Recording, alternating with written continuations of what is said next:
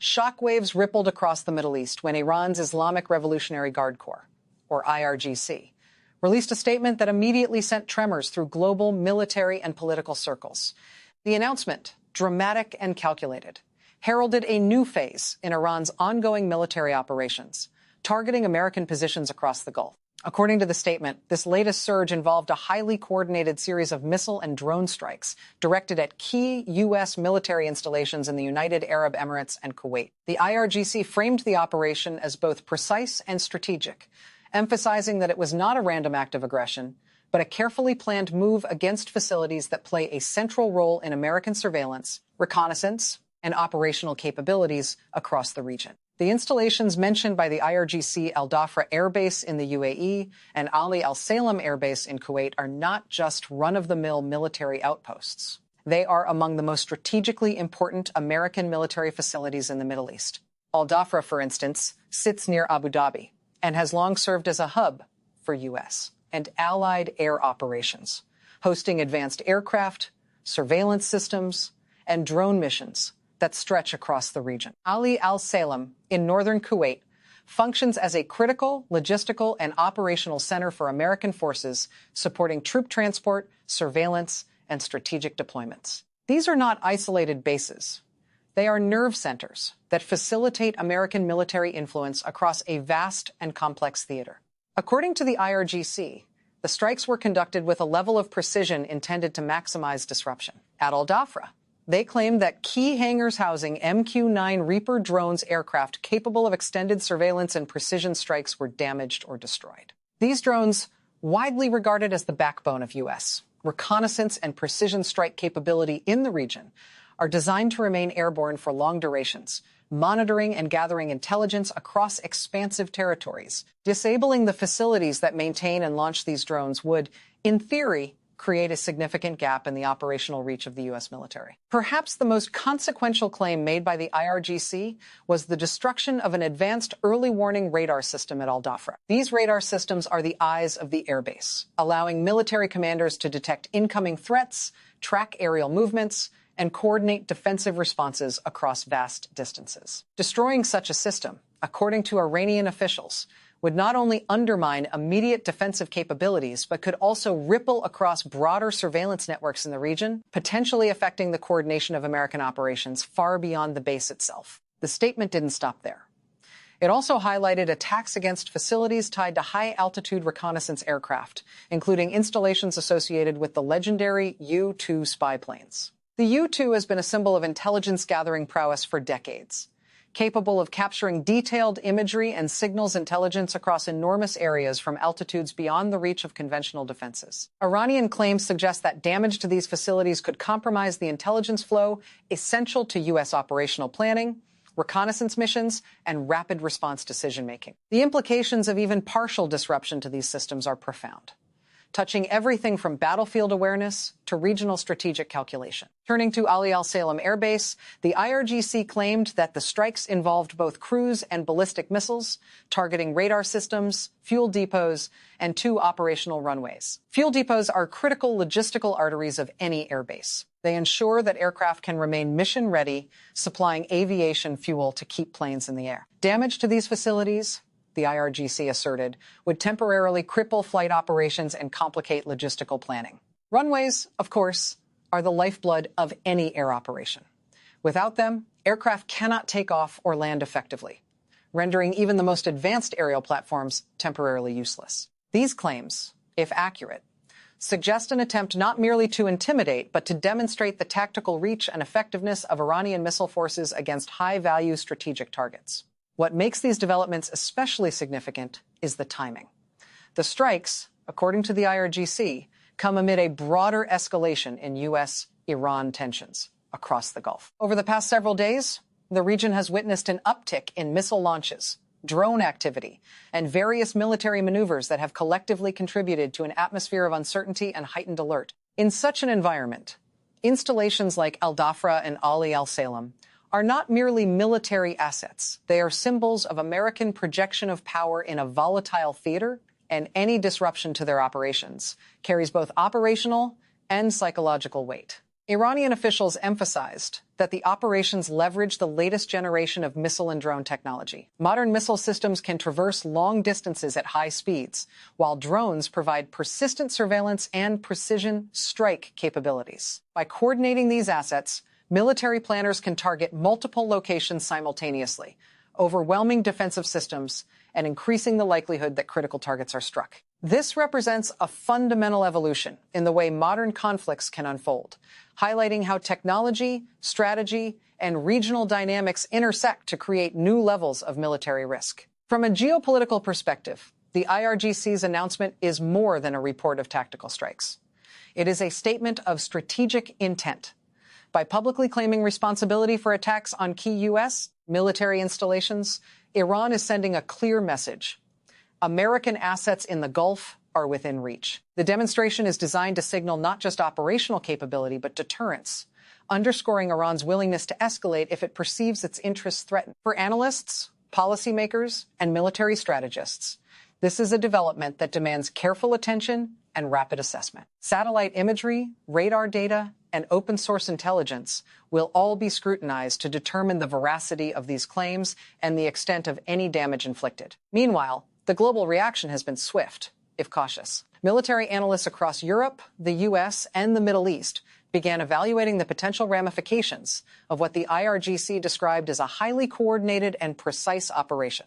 If the claims hold, these strikes could have a cascading impact, influencing not only military planning, but also diplomatic calculations, regional alliances, and the broader security architecture of the Gulf. When radar installations, drone hangars, fuel depots, and runways are put at risk, the operational calculus for every actor in the region, from Gulf states to U.S. command centers, shifts. Equally important is the symbolic weight of these attacks. Dhafra and Salem are not just functional assets. They represent American military reach, technological sophistication, and a forward presence that extends influence across the Middle East. By targeting such high-value facilities, Iran is engaging in a form of strategic signaling designed to remind the world that the balance of power in the Gulf is neither fixed nor unilateral. The message is as much about capability as it is about perception, influencing how allies and adversaries alike interpret the evolving situation. As the dust settles, questions linger. What is the real scale of the damage? How resilient are these installations in the face of missile and drone strikes? And perhaps most importantly, what will be the U.S. and allied response? The answers to these questions are not immediate. Analyzing damage from long-range strikes is complex, involving satellite imagery, interpretation, signals intelligence, and human reconnaissance. Even then, the fog of conflict often obscures the full picture for days or weeks. Yet, regardless of the precise operational outcomes, the announcement itself has already reshaped the narrative. Military planners must now consider the potential vulnerability of critical assets, while diplomats and policymakers face a recalibrated landscape in which risk, perception, and strategic signaling are intertwined. The Gulf, already a theater of strategic contestation, has become even more sensitive. Every movement, every launch, every statement is scrutinized against a backdrop of uncertainty and potential escalation. This episode also underscores a broader evolution in warfare itself. The integration of precision missile systems, drones, and high-value intelligence targets reflects a shift from traditional force-on-force engagements toward operations aimed at critical infrastructure and technological nodes. Modern conflicts are no longer measured solely by troop movements or territorial control. They are increasingly defined by the ability to disrupt, delay, or degrade the technological and operational capabilities that underpin a military presence. The Iranian strikes, as described by the IRGC, are illustrative of this trend, combining technology, strategy, and geography into a single, potentially decisive maneuver. Moreover, the psychological dimension cannot be understated. The message that American bases, symbols of global military power, can be targeted effectively resonates beyond immediate tactical outcome. It affects strategic planning, morale, and the broader calculus of deterrence. For the United States and its allies, the challenge now is to assess the credibility of these claims, understand the potential operational gaps, and formulate both defensive measures and broader policy responses. In the immediate term, military forces across the region are on high alert. Command centers are monitoring radar feeds, coordinating with reconnaissance units, and evaluating potential vulnerabilities. Governments are engaged in real-time analysis, weighing the implications for both regional security and broader international relations. Analysts, meanwhile, continue piecing together satellite data, reviewing open-source intelligence, and simulating potential outcomes. Every action is scrutinized, every claim tested against evidence, and every statement interpreted as part of a broader strategic narrative. What began as another chapter in the ongoing military operations between Iran and U.S. aligned forces has now evolved into a focal point of international attention. The strikes, whether viewed as tactical success or symbolic maneuver, highlight the fragile and dynamic nature of regional security. The Gulf, with its dense network of military installations, energy infrastructure, and strategic waterways, remains a theater in which the stakes are extraordinarily high. A single miscalculation, a single misinterpretation, could trigger ripple effects far beyond the immediate battlefield, influencing everything from military readiness to global energy markets and diplomatic alignments. As the world watches, the IRGC statement serves as both report and warning, emphasizing the reach, precision, and potential impact of Iranian missile and drone forces. The base is targeted, the facilities damaged, and the claims made are all part of a broader narrative that intertwines technology, strategy, and politics. For those analyzing the situation, the task is daunting. Understanding not just what happened, but what it means for the next phase of confrontation, for deterrence calculations, and for the fragile equilibrium of power in one of the most sensitive regions on the planet. The implications extend beyond Al Dhafra and Ali al Salem. They touch upon the very architecture of U.S.